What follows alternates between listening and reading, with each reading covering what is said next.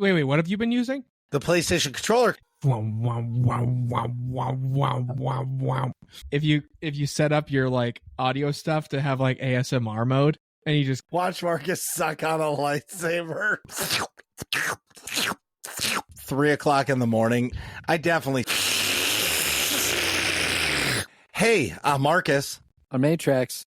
And I'm Nick. We are working class nerds. Cue the intro.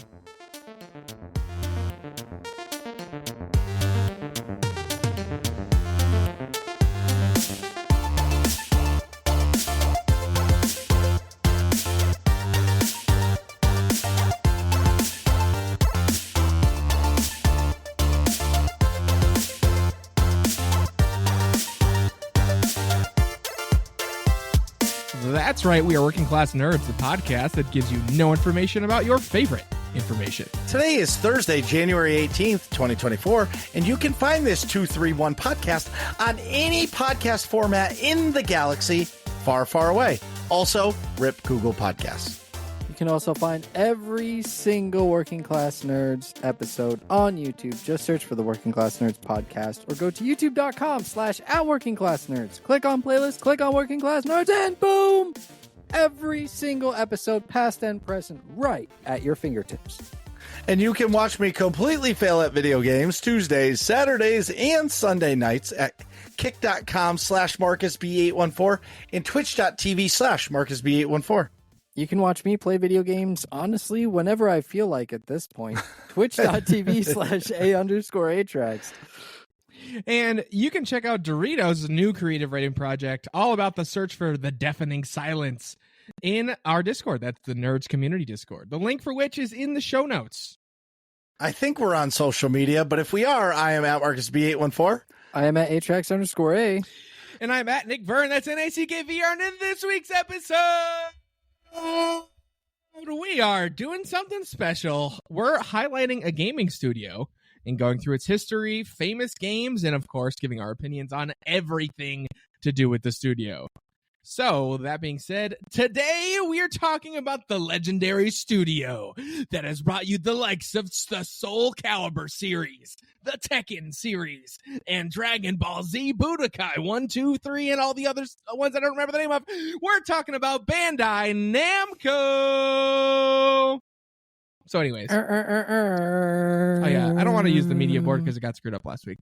But anyways, Bandai Namco was founded in 2006 as Namco Bandai Games Incorporated. Is this accurate? I know we needed some Jamie fact checking back at. Nope, this is all correct. In the pre-show.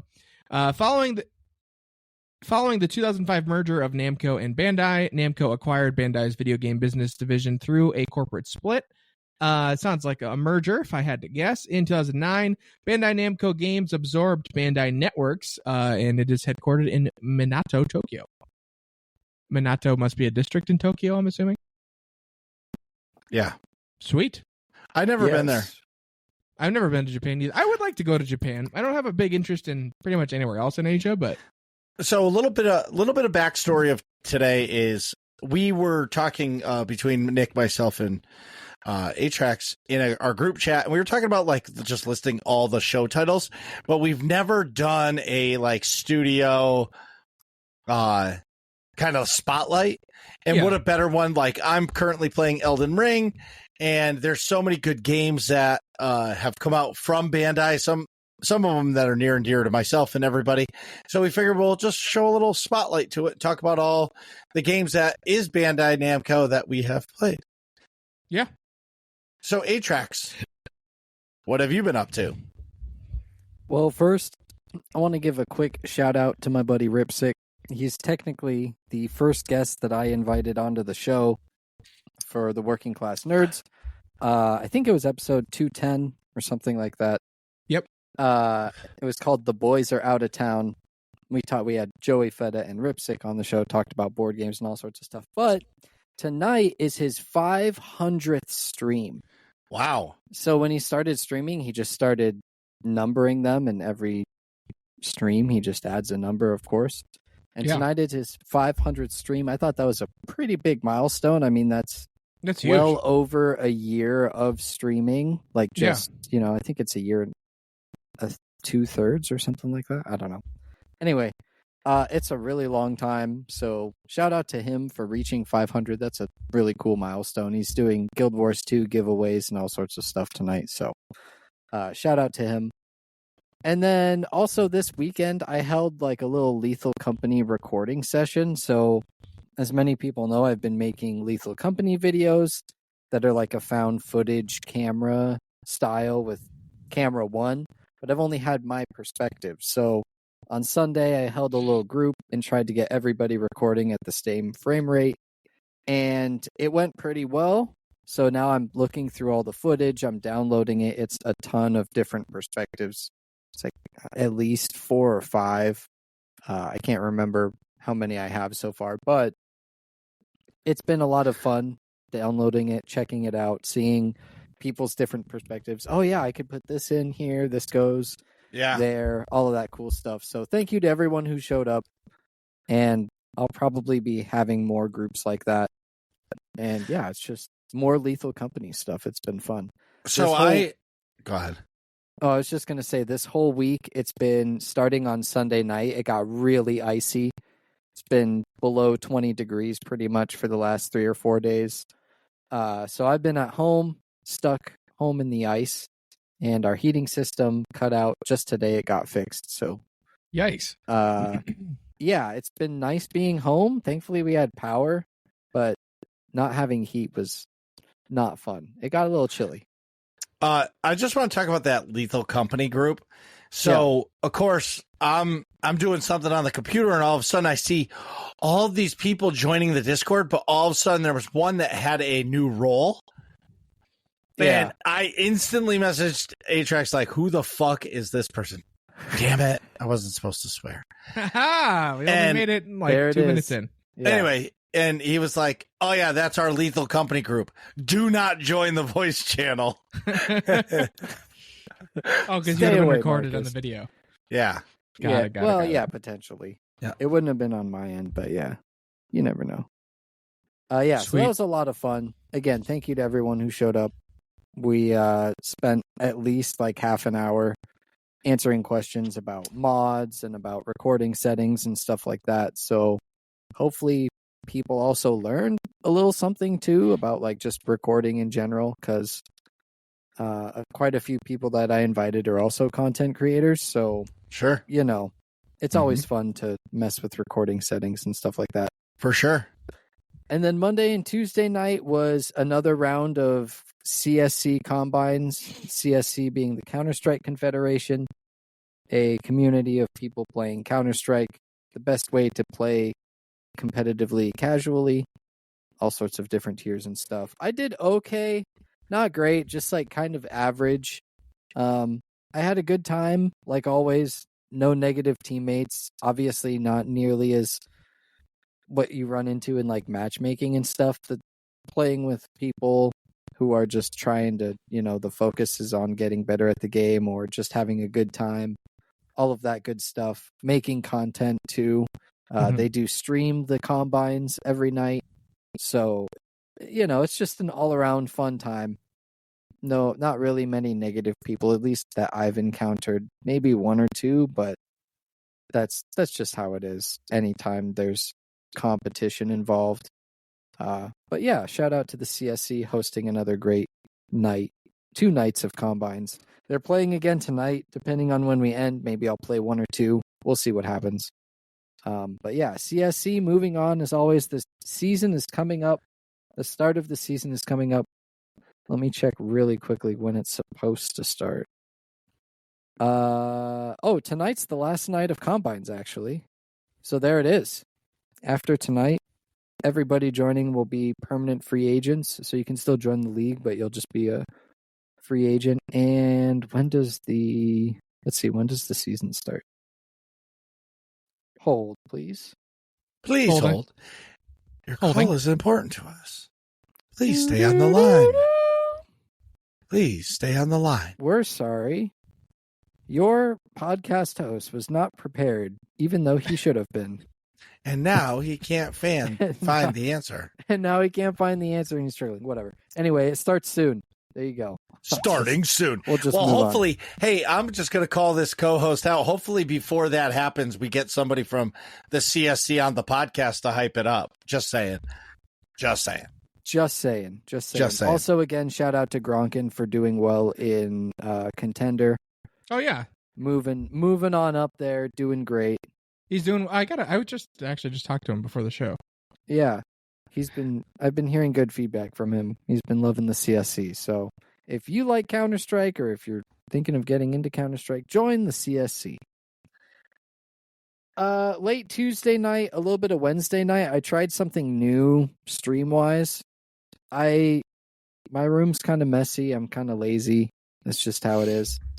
And I don't always feel like having a stream camera on.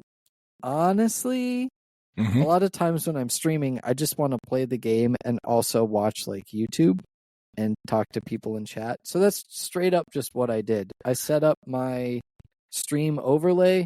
So like my just chatting screen, normally I have the main picture area is my webcam, and then in the top right, I think it's the top right of the screen. Yeah, screen right. I have like a little box with my logo. Well, I replaced the logo box with a YouTube thing, and then I had the main screen just be my gameplay. Underneath there was like the Working Class Nerds logo, Game of the Month, which is Baldur's Gate 3, which we'll get to in a little bit. And then the chat. So hopefully it was entertaining. A lot of people stopped by. It was great. I played WoW and watched some YouTube. React content's pretty popular, so I didn't really feel like, oh, am I concerned about, like getting a copyright strike or something. I watched something that I knew other people had reacted to. Yeah. And I just wanted to like chill, I wanted to stream, but I didn't want to yeah, I feel a lot of, I don't know about YouTube, but I feel a lot of pressure when there's a camera on. So I used to, I don't anymore. I don't at all. All right. But it's only because we're used to it. But it also fits in our personalities a lot more. That's true too. Marcus especially. For me, I get what I totally get the feeling you're saying. It's like you have to like present essentially you're at the end of the day, you're like more entertaining. Yeah, you're providing a product / service for folks who like decide to like spend their time tuning in. Sure. So you want to like make sure you're doing a good job, and you be self-aware that you're doing that. But exactly. Over time, you get used to it, and then it's not that big a deal. I don't feel the pressure as much.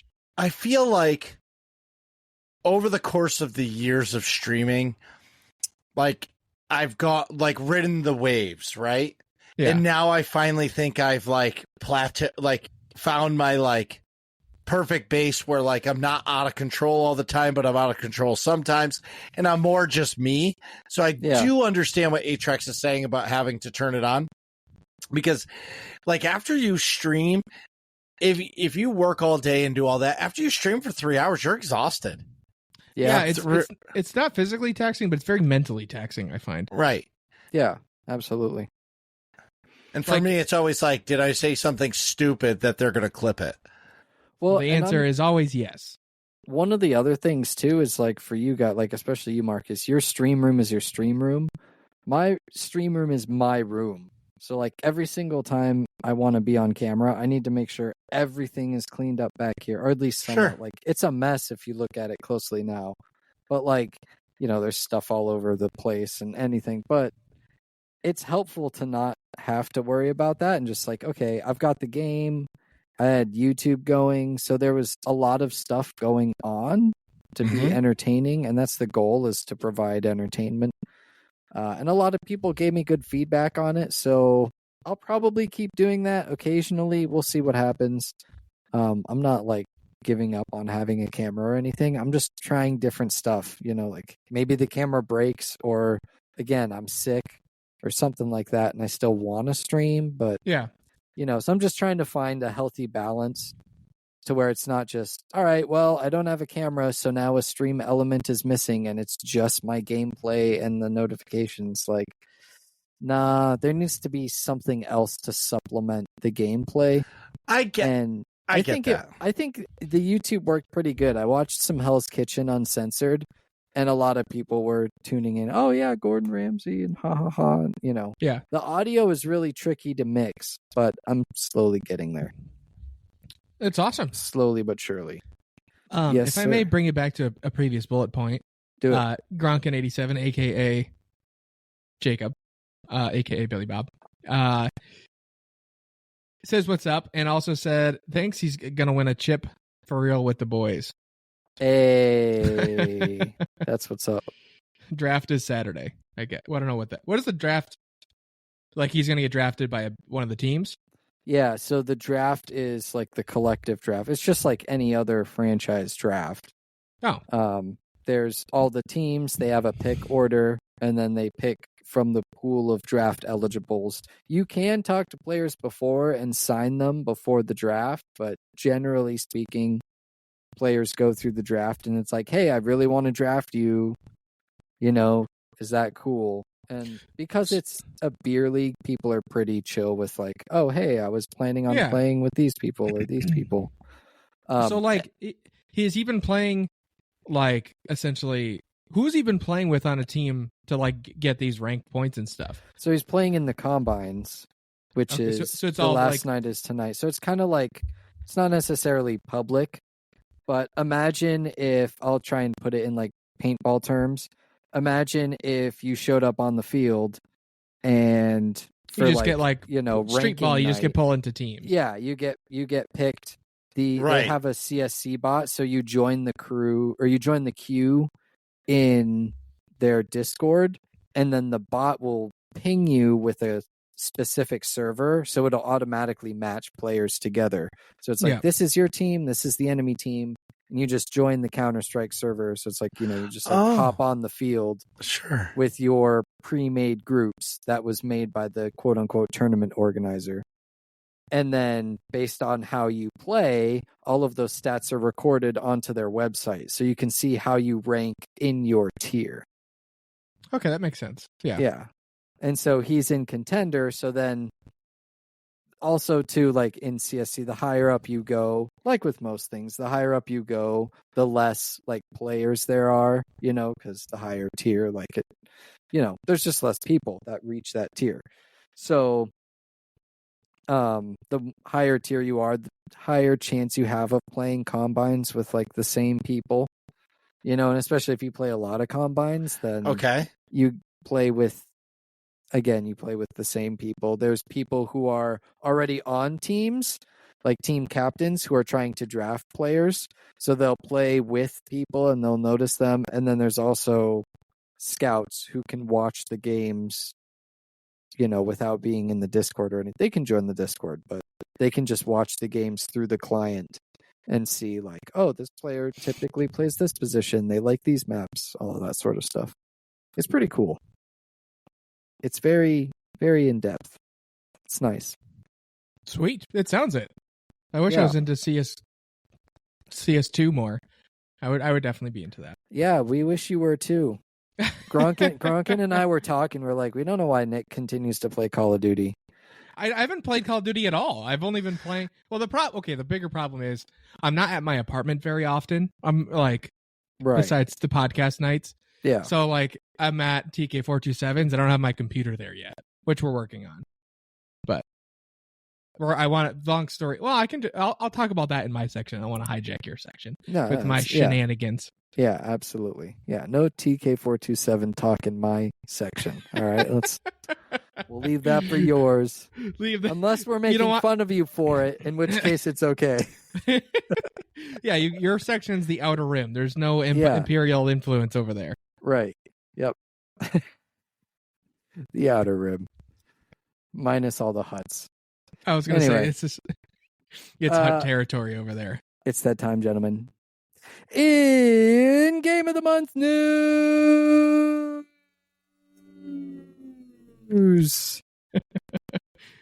I don't want to click the real soundboards for air horns, but I haven't played a whole lot of Baldur's Gate 3, admittedly, but I have been keeping up with the game news, and they have released hot fixes regularly. I'm not surprised because it's like a large game now, it won Game of the Year and all that, but it's nice to see that they release one every single week and they give in-depth patch notes as to what they're doing and why. That's nice. One thing stood out to me in particular, and I kind of poke at Call of Duty for this.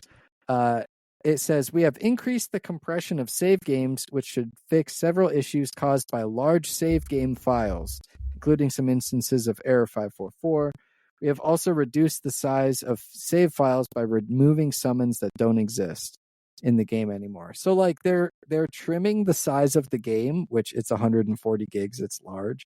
But like they're continuing to try and compress stuff and make it more efficient.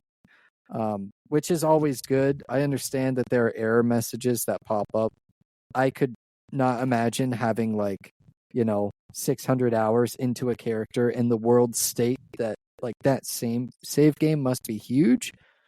I have no clue how it would even work, but again, it's cool to see that they're slimming things down. They're making room, potentially, in my mind, making room for adding more to it. I can't imagine why they wouldn't add more to it. So yeah, shout out to the team over at Larian Studios for continuing to just update the game and improve it slowly but surely, and keeping the community updated with what they're doing each week. Hell yeah. And with that, Marcus, how's it going, man? Fantastic. What have you been up to? I was just thinking about what you were saying about. So the thing is Call of Duty doesn't need to do it because there's not really any depth to their game. You load into the Warzone or a multiplayer game, you shoot some people, and it's done. Call of Duty does not. They could compress their stuff though, but they don't need 270 gigs. Man. I know, but people clearly don't care because they continue to play it. You know what I'm saying? When people actually stop playing it, which I know a lot of people are stopping playing it, they will start to actually try. But right now, they don't give a shit about anybody because people are still spending $70 on the same game that they've been playing for 15 years. Yeah, that's and true. all they've done is now you can put all the attachments on the guns, but now you got to earn this or that for that gun, and people grind it out. It's just the way it goes, man. And I'm not. Did you see that short I sent in the Discord with Doc Disrespect?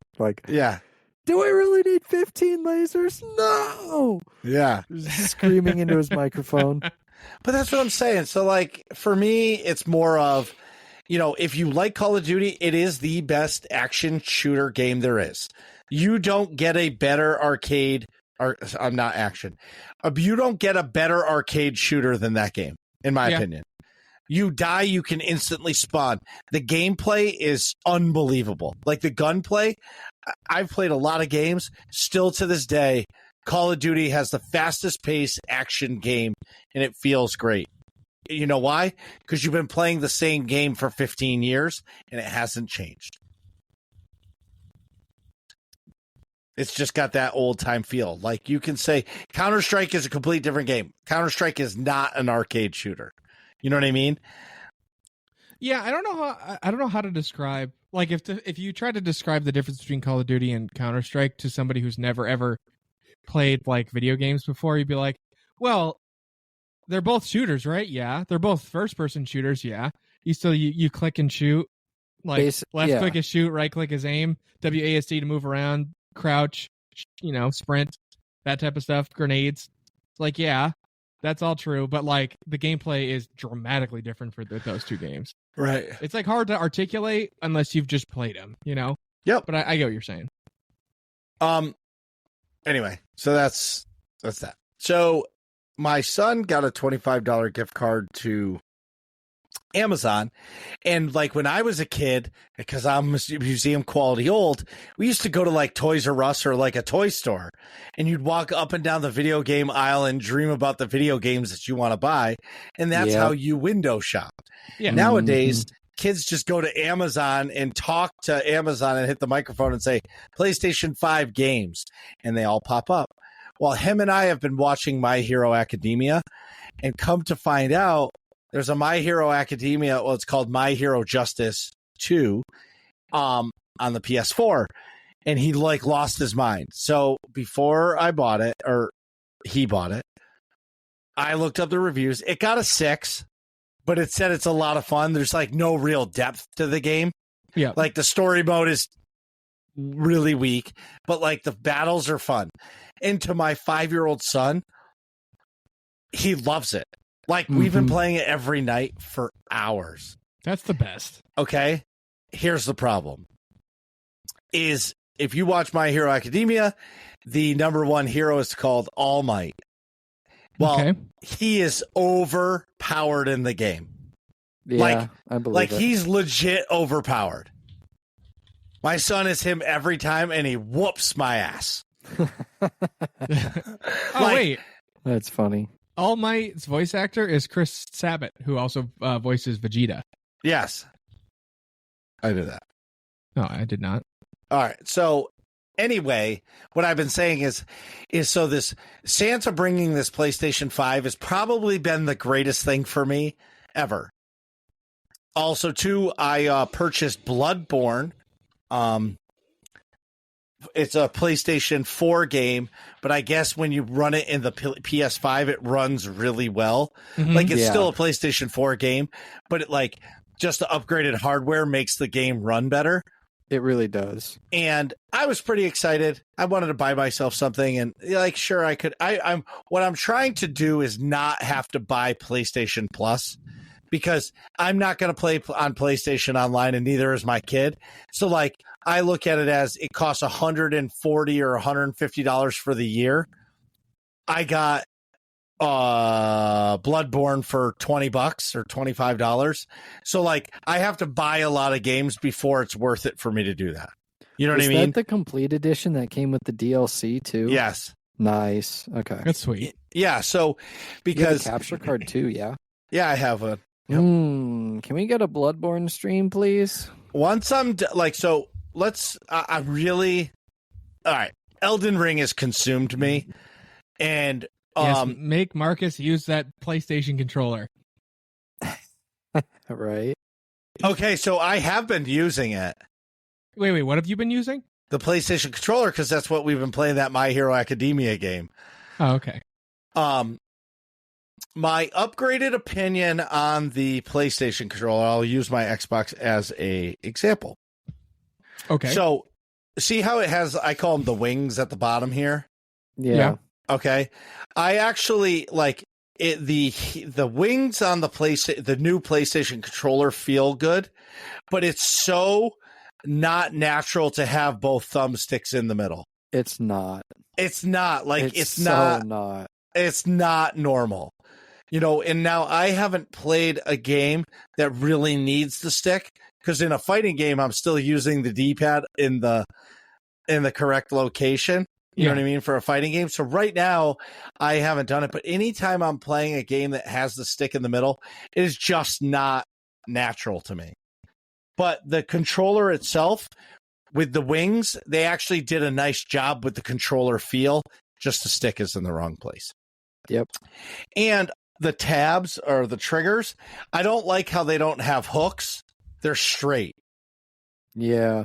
So they're you know more what I mean? flat. Yeah. Yeah. They do have some curve to them, but yeah. It just, I know what you mean. But I'm an Xbox controller guy. There's nothing I can say. Like, it's nothing against anything. The PlayStation sucks. It's just that simple. It's just how it is. Yeah, and it's okay. But anyway, so back to Elden Ring. Okay. So shout out to Fatal. He's been hanging out a lot with me in stream. And so I've been going through Liurnia of the Lakes or Lake of Liurnia. It's like the second area after you beat Limgrave area and beat Stormvale Castle. I'm having a lot like I like it because like it's not mayhem 24/7. It's go explore some. Okay, here's some enemies, kill them. Oh shit, you got a harder enemy. Okay, I'm going to die 5 times. I'm going to come back and do it. But all of my hopes and dreams got crushed. Okay.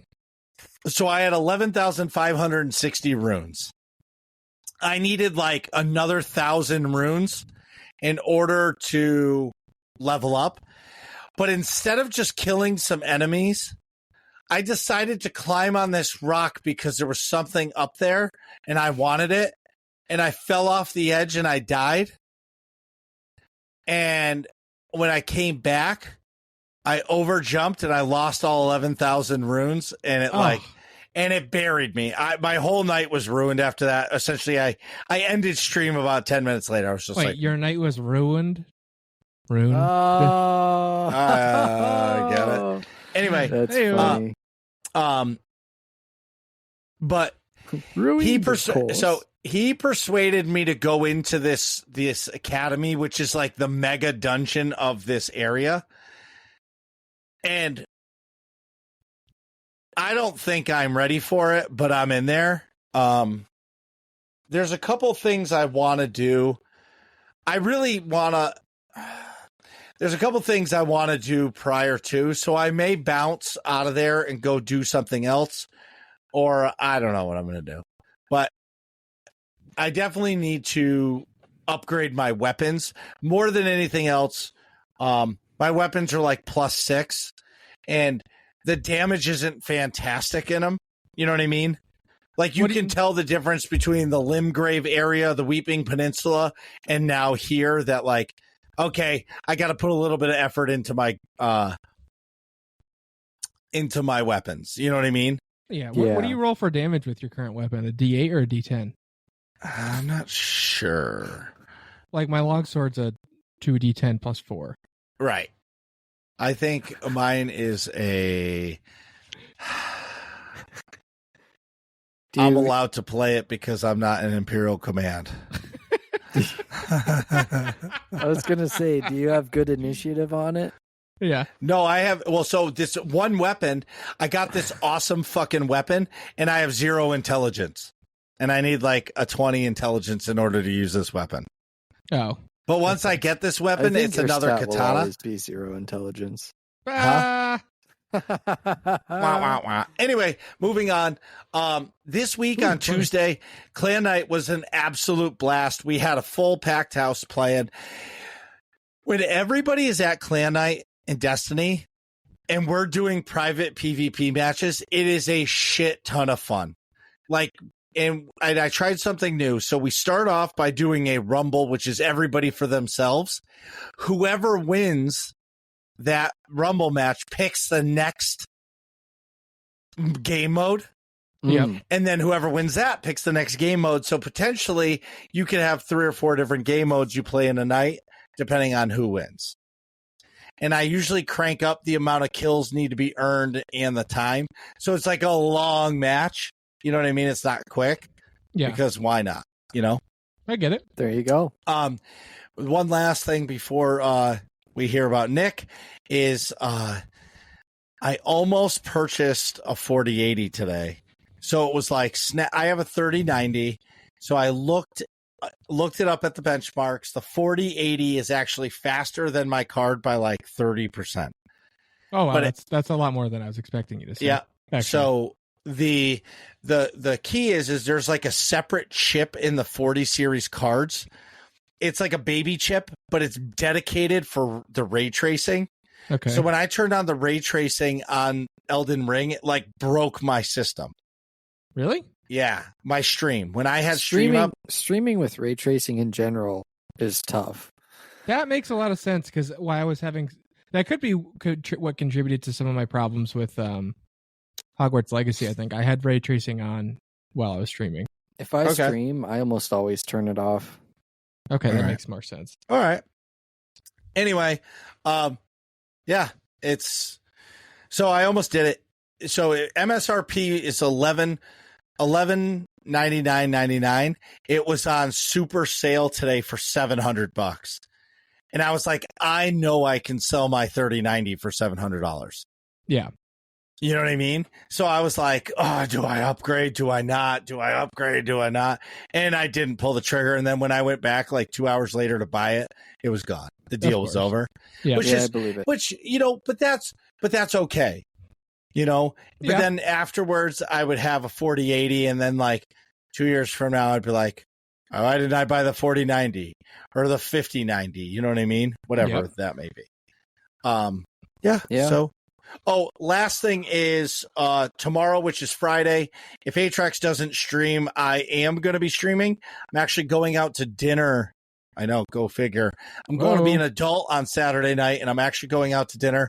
So if we get home early enough, I'll stream. But if not, well, then I won't be streaming. All but right, if very Atrax nice. isn't streaming tomorrow, I will be. There it is. Or I'll stream prior to him because he starts later than me. Because last week, believe it or not, he was streaming, but he doesn't start until like 10 o'clock. Yeah.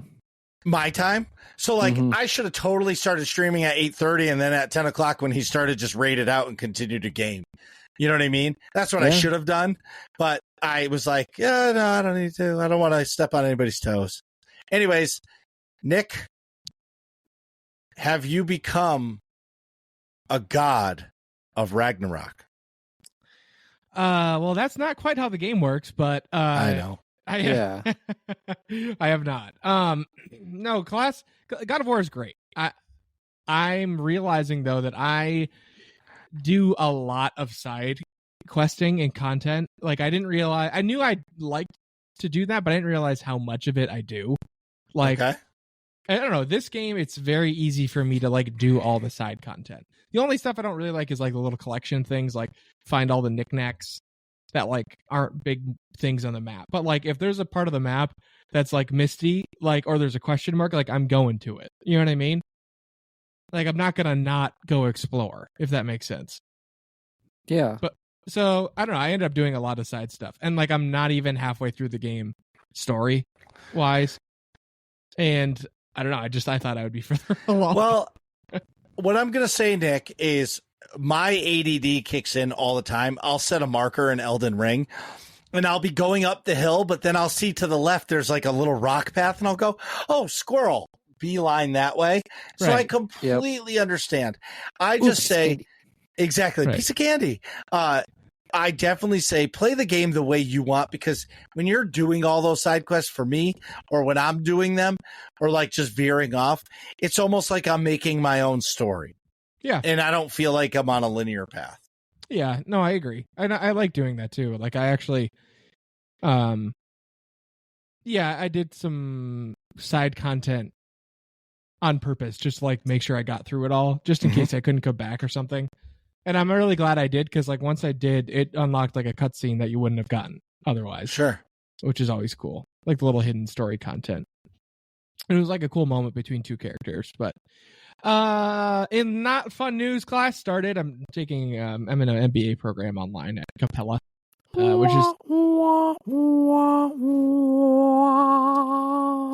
I wrote a 7-page paper, and then my feedback was that I used too many quotes, so I got to put some tweaking to it. But yeah, I did not miss like the class stuff, like writing papers in APA format and everything. That sucks. But shout out to Taylor for helping me with that. That's pretty sweet. She already took the same program, so she knows the ins and outs. But it's pretty sweet. Wait, who is that? Taylor, my girlfriend, TK427. Never heard of her. All right. And speaking of Taylor, we watched The Force Awakens in our. Whoa, that's an interesting one. To continue that's a movie of all time. To continue our Star Wars content catch up, so to speak, because she hasn't seen much of it. So actually had not sat down and watched basically any of them, like to start to finish. But and I will say, The Force Awakens, I have two big gripes.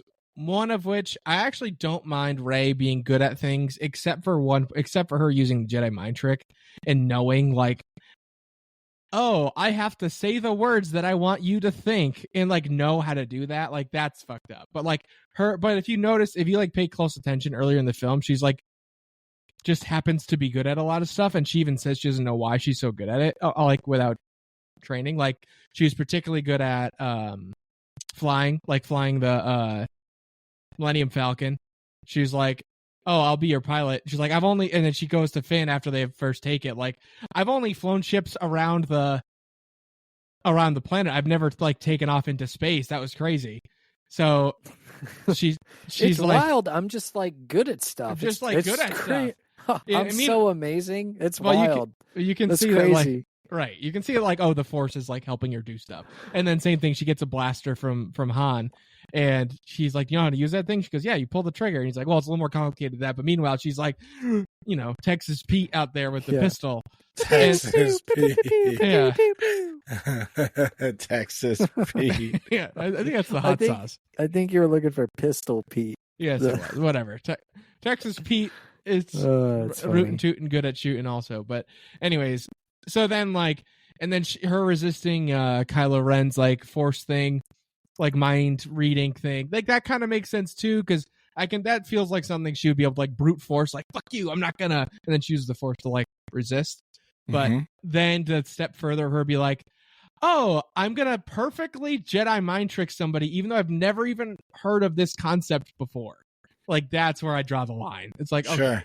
I'll buy you having some being naturally good at a bunch of stuff because the force is aiding you, and even the lightsaber fight later, I can understand you kind of holding your own. You shouldn't really beat Kylo still, but he also doesn't have the best training, so I don't mind that scene either.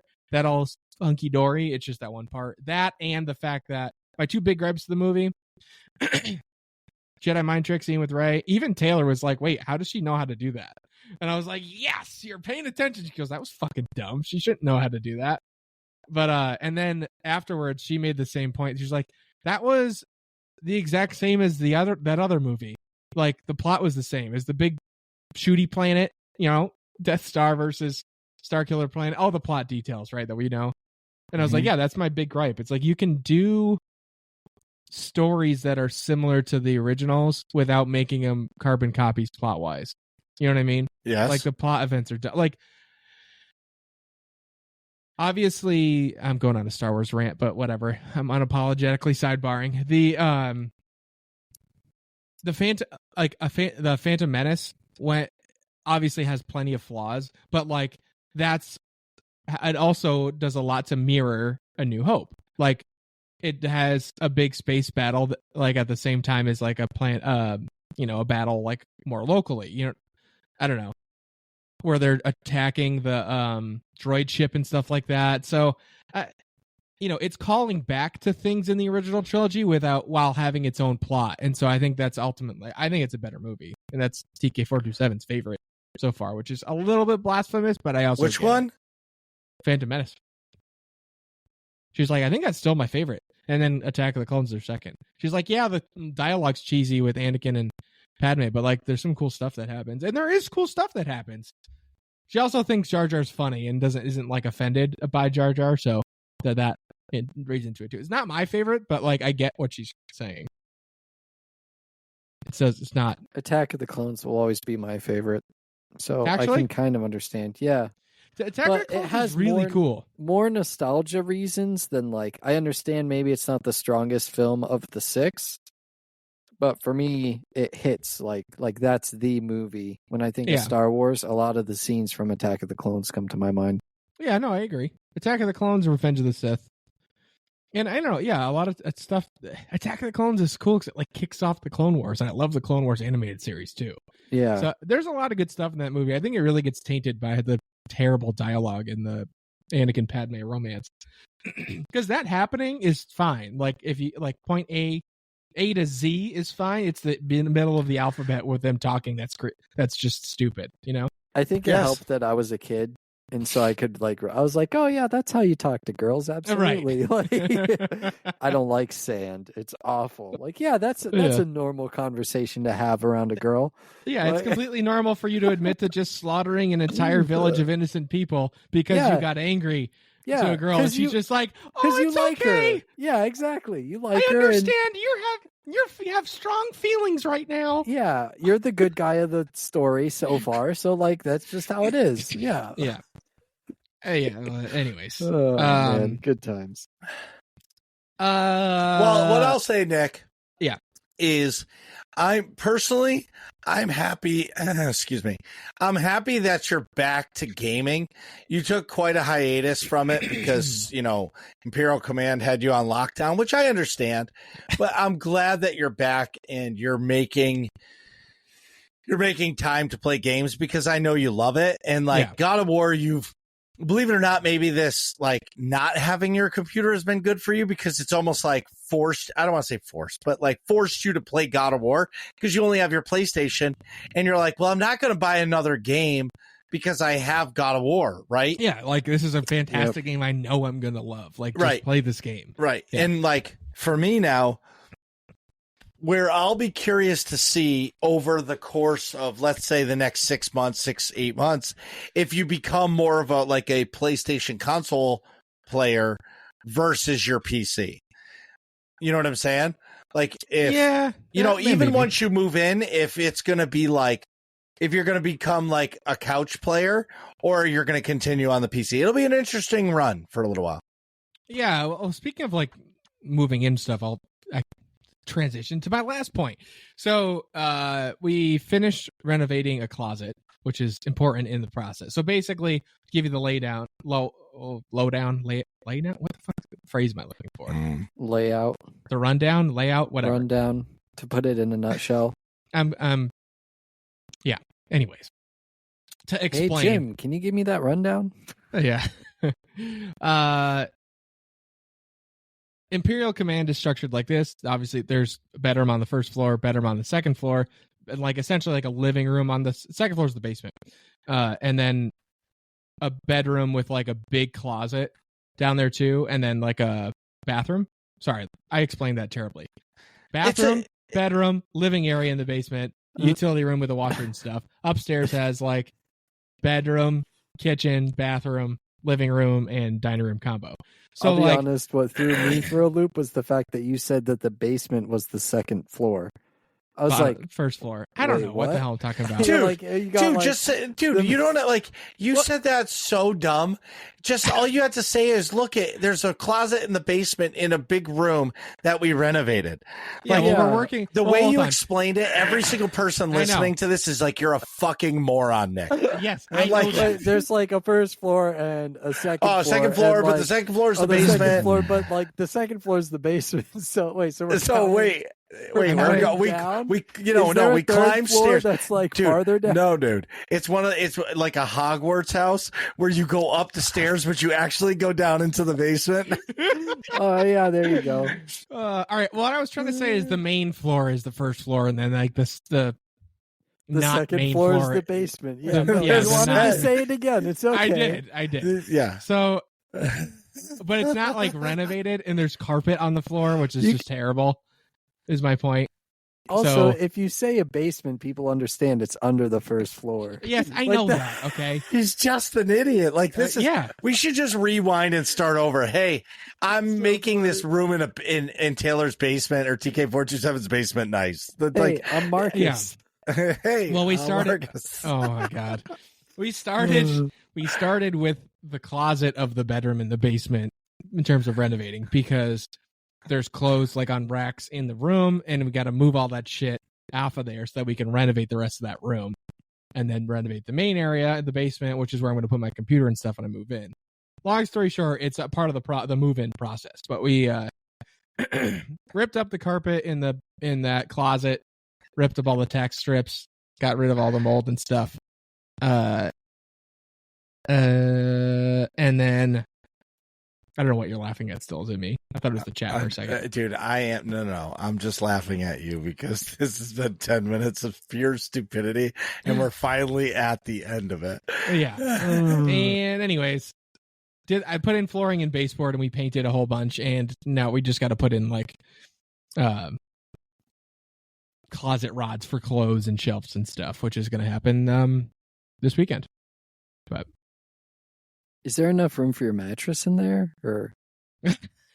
No, my mattress is on the first floor. I actually am going to put my bed in that above bedroom. The basement? Yes, above the basement. The floor above the basement. First floor? Anyways. So one last thing, Nick. Yeah. When are you going to get Baldur's Gate? Probably once I finish God of War. Yeah, I would say so. Because then I can like sink my teeth. You know me. I don't like to do two different story games at the same time. Yeah, of course. Yeah, I get it. You can also wait for a sale too if you're doing that in the process. Yeah. Did you guys hear the news? What? Tuesday nights at 9 p.m. Eastern Standard Time is Destiny 2's Clan Night, which is becoming a private PvP lobbies night where we just get to shoot me and I just talk as much shit as I possibly can to every single person in it. I just go in there telling everybody I'm going to own everybody and that they're ass. They're ass. And my God. I don't know how it goes. But no, really, truly, it's actually a really fun time. And like everybody gets all excited and hyper and it's awesome. So that's Tuesday night, 9 p.m. Eastern is Clan Night in Destiny 2. And because I want you to come, I'm being super selfish and I'm not going to promote anything else for Tuesday nights in AIE. So if all this sounds fun to you, go to aie-guild.org. Get our Discord information in the top right-hand corner of that website. Click on that purple Discord button and ask for a guild invite, whether or not you play Destiny 2, Star Wars: The Old Republic, World of Warcraft, Guild Wars 2, Elder Scrolls Online, Lord of the Rings Online, Star Trek Online, whatever game that you play, we do too. And we would love to have you. And with that, I gotta pee. So we'll be right back. my God, what is taking him so goddamn long? Nick, hurry up, man. It's all that beer you're drinking. Come on, bro. Bros before hoes, man. And we're back. So today we're talking about Bandai Namco and what impact they've had on us through the years, but also like some of our favorite games from Bandai Namco, whether it be publishing or producing or developing, I should say. Yeah, just anything with the name. Anything involved with Bandai Namco. Marcus, you want to take it from the top? Yeah, so like let's I don't want to say like we don't have to like break down each game, people are going to know, but like what are your top 3 Bandai Namco games? I'll go first. I've got Tekken, Soul Calibur, and Elden Ring, where like Elden Ring is published by Bandai Namco, but it's made by From Software, but it's still linked to Bandai Namco as the publisher, and they're releasing that game. Totally. Right. Yeah. What about you, Nick?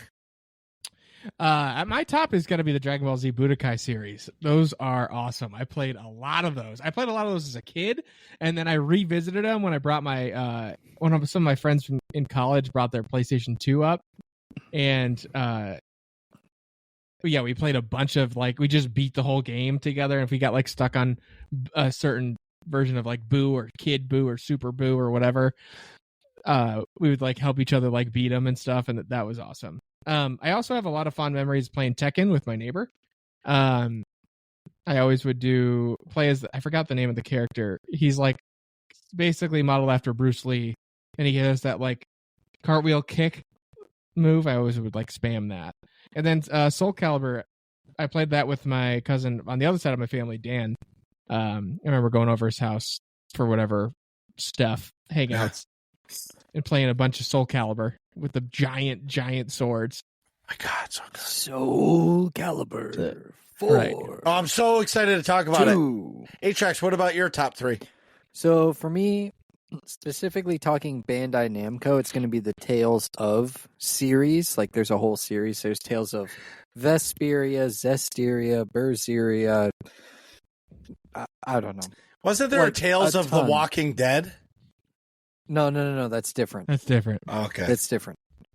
That's Are these- Telltale. these are- That's all right. Telltale games. All This right. is So, specifically, it starts with Tales of. So I think. is it JRPGs? Yes. Oh, I remember the first those. One I Okay. played was Tales of Vesperia on the Xbox 360, and then later on the PS4, Berseria, and I think Zestiria was the other one on PS4.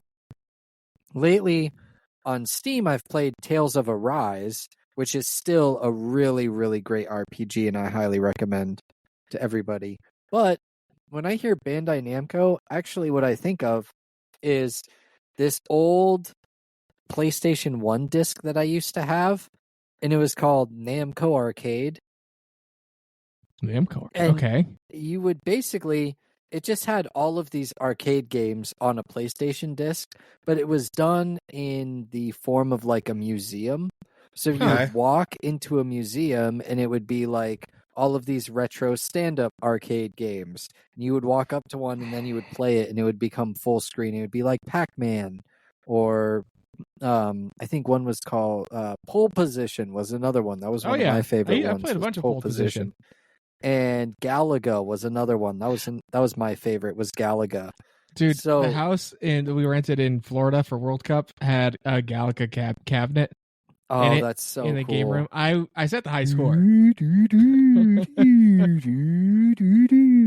Yeah. I love how, like, I didn't realize until I was like went to replay that as an adult that like your rate of fire is limited, but if you keep getting like a certain number of consecutive hits, it'll go faster. Yeah. So like I would see like the professional speedrunners, players, whatever you want to call them. And I was like, how are they shooting so fast? And I would just be like a kid. I played it on my Game Boy, like mashing the button as fast as I could. It doesn't shoot that fast because I was missing. But the more consecutive hits, the faster it goes. Anyway, and it's also a rhythm too. Like if you tap it in just the right rhythm, you can shoot faster than if you just mash the button. That's true too. Yeah, man, those games. So that's also what really jumps out to me is Namco itself. Like before, looking at this list that we have, Bandai Namco starts at 2006, which is when the like acquisition, merger, or whatever happened. Yeah. But when I specifically hear Namco, that's what I think of as like that era PlayStation 1. And I guess Galaga was an arcade machine much before the PlayStation 1, but I wasn't around then. So for me, it was PlayStation 1 era. Right. Sure. Oh, but I remember Galaga, and there was another game like it that Space Invaders? Galaxia or something, I forget. No, you played as like a Y-wing instead of like a. It was called 1942, but because I loved Galaga so much, it influenced me to continue to play it.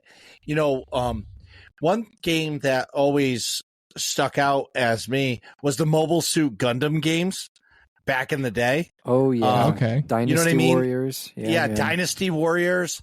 Like Dynasty Warriors was the first time I ever like had to fight hundreds of enemies, and and it was a little easier. But some other ones like, you guys remember Ridge Racer? Ridge Racer. That was another Namco game on N64. That's as well. correct. Ridge Racer 64. Yes. And there's so many. Your final lap. Keep going. Make it your best. One of the best games I've ever played, but it doesn't make it to like my top 10 games, is Xenogear from the PlayStation 1. And that was a Bandai Namco game. Oh. Yeah. And it was, oh my God. Like, there's so many games. You don't realize, okay, so I'm 40 now, but you don't realize all of these games that you've played for years and years is all coming from the same company until you talk about it. Right. Yeah. And like, I remember like when I was playing Mortal Kombat 2, Tekken was like just coming around like afterwards, like, and it was it was like Counter-Strike versus Call of Duty. It's the same genre, but it's a completely different way to play the game. Yep. There's no special like Hadouken or Sub-Zero freezing somebody. You know what I mean? It was just straight up over here. Right. Yeah, it was straight up like karate. Mm-hmm. Yeah. But Soul Calibur, I had a group of friends. This is back years ago, and I had a group of friends, and we were all just like-minded people.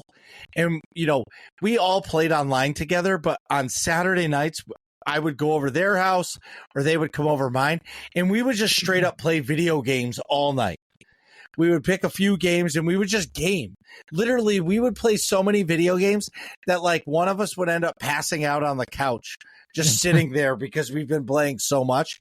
And it always came back to Soul Calibur 2. Okay. Yep. Oh, yeah. And then when Soul Calibur 3 was coming out, it was like the world fucking ended. Wait, hold on. What did Soul Calibur 4 come out for? Xbox and PlayStation. Pretty sure. I'm pretty sure 4 was the one with Yoda and Darth Vader. Yeah. It was an Xbox 360. Yeah. Soul Calibur 4. No, Xbox 3. 360 Star Wars reveal. Yeah. 12 years ago. All right, I'm watching this. Oh, So so it them, was Soul Calibur 4. I think one of them had Yoda and one of them had Darth Vader. Yeah. It was like, that was back when PlayStation and Xbox were really at war. Yeah. So like one of them came out with one version, one of them came out with the other. And I think the GameCube actually came out with a different version. Yeah, I remember the GameCube had just a straight up completely different game for a lot of like ports were just like a different game. Yeah. I remember that. I remember like playing they had like Call of Duty 2 came out for the 360, Xbox 360 and PS3, and then the GameCube it was like Call of Duty or something, Call of Duty 3 or something. It was a different Call of Duty game. Yeah. I remember. Yeah. And I think for 2, go ahead. I was going to say, I think for 2, the exclusives were Link on GameCube, Spawn on PlayStation, or Spawn on Xbox. Yep. Oh, and who was the other one? I forget who the other exclusive was. It was Spawn, Link, and somebody else. But that was back when they had like exclusives for I mean, they still have it now, but fighting game exclusives, like the characters. And all the characters came with the game. You didn't have to buy DLCs for the characters. That was nice. Good times. Well, go ahead. I was going to say, one of the games, I'm going to backtrack it kind of a bit, Marcus, that you mentioned, Dynasty Warriors Gundam. Yes. That game, at my local GameStop, they had a PlayStation with like a bunch of preloaded demos. Every single time I would go to GameStop, I would play that Dynasty Warriors Gundam demo, but they never had it on sale on the shelf. And the one time that they had it, I couldn't get it. I forget what the circumstance was behind me not being able to get it, whether it was too much or what, if it was only a new copy and I really wanted it used, or I can't remember what the circumstance was that I couldn't get it, but I was so crushed. And then the next time I went, it was gone. And I was like, no, this game. But I could only ever play the demo. So that's another one of those. Maybe now I have to buy it years later and just play, because I've never actually bought and played a Dynasty Warriors game. I've only played the demos. You should. I'm looking. I feel like younger you is requiring it. All right. I haven't played a Gundam game in so long. And like that was my original anime that I loved. But I wish I could find, like those old like Dynasty Warriors. But what I was saying, when Soul Calibur 4 came out July 29th, 2008. I remember we stayed up all night playing that game, all fucking night. There was like 4 or 6 of us, and we legit, like, that's how much we loved it. It was so good. But that's like, you don't get that anymore. You know what I mean? Yeah. Nope. And now I'm finding it in like Elden Ring, Yeah. Mm-hmm. It's your gaming evolves over time. But do you you guys remember the Tamagotchis? Oh my goodness. That's Bandai Namco. Oh my god. That transformed the world. I know. I remember I was like so many kids in my classes had Tamagotchis. They had to like ban you from taking them to school because and then people would still sneak them in their backpack because you had to like feed them and stuff. Otherwise, it would die. And then it would make noise and kids would get in trouble. Yeah, I remember that. Be like, meh. But the other one is a very popular anime was Naruto. Did I say that right? Naruto? No. Naruto? Are you kidding? Was that that a real attempt? Like, are you for real? I never watched it. As bad as my description of TK427's house. Like, that was bad. It was funny though. Like, you didn't even try. Naruto. You've never heard the word. You've never heard anybody make the sound Naruto. I think that's the out of their intro. mouth ever. No. Oh, that's going in there. It's tagged. That's got to be the intro. Have you ever played Naruto? No, it's Naruto. Naruto, yeah. Hey, you've heard this before. Come on. Yeah, but I never. Suck less. I do. every day. I wish I played Ridge Racer. I keep seeing it pop up in the list here. Ridge Racer. Thundercats. That was one of the games that was like, it was an arcade racer. It wasn't meant to ever be realistic. I remember in Ridge Racer 7, you could go into a corner, drift to the right, do a 360 backwards, and then catch it and go through. Like, you could literally take, you could do a Zoolander through corners, like, and drift and spin the opposite way and just like and win the race. It was an arcade racer. It was meant to be unrealistic, but people didn't get it. They're like, this isn't Need for Speed. This isn't Gran Turismo. Wait, I have a question though. Yeah. Before Marcus changes the subject entirely, have you guys ever, did you ever watch Digimon back in the day? Nope. A couple times. No. I remember watching a lot of Pokemon, and then I switched to Digimon for a while. Around the same time I was watching, or getting into Yu-Gi-Oh cards. Okay. Anyways, Bandai Namco made a bunch of Digimon video games. Oh, okay. So Bandai Namco were behind the scenes for those creations. I saw a couple episodes and I was like, this is just Pokemon. It is Pokemon. I don't know. I went back. But I can understand why if you're really into Pokemon and you're like, well, this is all there is, especially at the time. Yeah, then Digimon would really grip your attention. That was me. I was super into Pokemon, and then I was like, oh well, this is on and Pokemon's not. What's this all about? I never liked it as much as Pokemon, but it's just interesting. Marcus, what were you going to say? No, I was just going to say, the thing is when you look at this, there's a lot of games studios that have been connected to Bandai Namco for a long time, which says to me, hey, we're a good company. Yeah. Oh my God. The Power Rangers game. Oh my God, I remember that game. Power Rangers Megaforce, is that what you're looking at? Super Samurai for Kinect. Oh. It was the Kinect game. Do you guys remember the Xbox Kinect? Yes. Oh yeah, man. Just Dance? Yep. Just Dance. Oh, dude, so I bought Just Dance for the kids for the PlayStation 4, right? It's so whack. Now you have to download the app on your phone and you hold the phone and you do your dancing. Oh, yeah, because it doesn't have a Connect. Right, I know, but it just furthers people's addiction to phones. It's so dumb. Well, okay. Yeah. But how else is it going to work? It doesn't have the technology. Right. Armored Core 2. When did that come out? Yeah, Armored Core 2. It was From Software. It was PlayStation 2. That was the first time I played a From Soft game. Good old Armored Core. It was good. Seems to make a lot of, as I'm scrolling through the list, a lot of anime video games too. There's a bunch of One Piece games. Well, they're a Japan studio, of course. Yeah. I know. I'm just saying. Publisher. JoJo's Bizarre Adventure. But here's the thing I don't know. Okay, so here's a funny one. In 2013, they made Mario Kart Arcade GPDX, but it's a Nintendo game. But Namco Bandai Games made it, and it was just an arcade box. They published it, yeah. That's cool. Oh, yeah, Eternal Sonata. That's another great JRPG on the Xbox 360. That was a great one. God Eater 2. Totally interject. That's feel like still a popular game. 2 and 3. I feel like Warhammer 40,000 Eternal Crusade from Behavior Interactive. Also Bandai Namco. Yeah, but that's what I'm saying. I'm in the 2015s.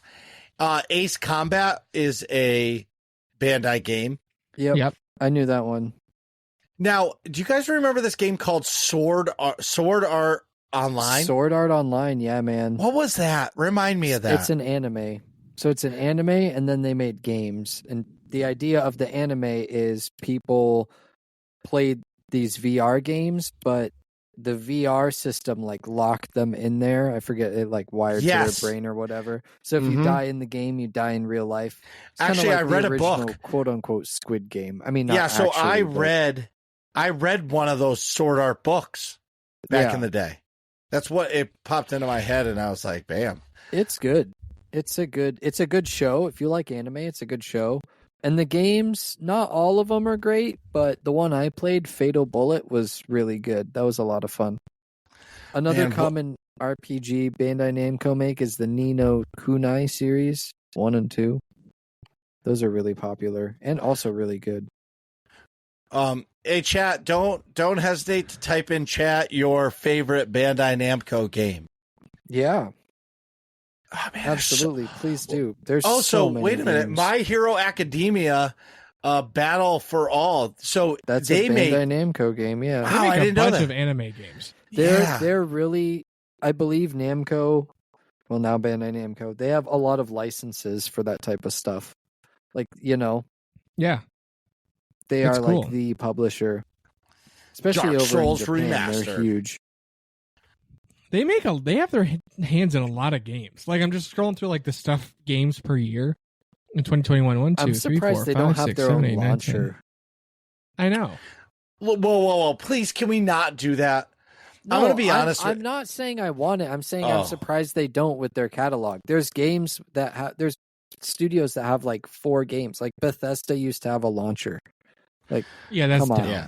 Well, we can talk about this another day, but Ubisoft came out and said you got to be comfortable not owning games because they're changing their game model to where if you're going to play like the new Prince of Persia game, you have to subscribe to Ubisoft Plus. Yeah, that's dumb. Oh, I'm not going to play it. No. Not a chance. Why would I? Right. Yep.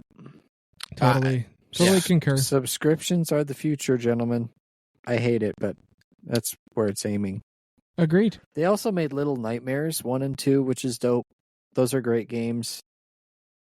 And Project Cars. I didn't know that. They made Project Cars. That's a really good racing sim. I'm going to sidebar in what you said. I think some companies are like your bigger companies are going to go to a subscription model, kind of like Microsoft's catalog. What's it called? Yeah. Microsoft Suite, Office Suite. No, Xbox Live. Ultimate Game Pass. Game Pass. Yeah, or PlayStation Plus. Yeah. Right. But like, here's the thing is the Game Pass has the games. I'm not going to spend $15 a month for that, but honestly, all it's going to do for me is not have me play these brand new AAA games, and I'll just be playing games like Lethal Company on Steam that I can buy for $10.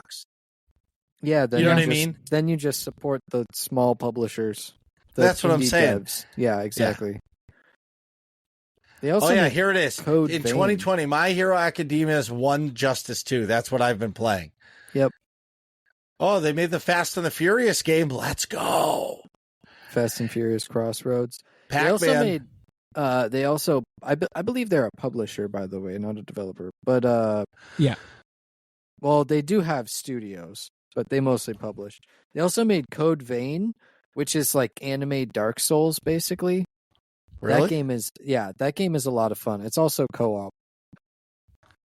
That game is I can't get fun. sucked into anything else. No.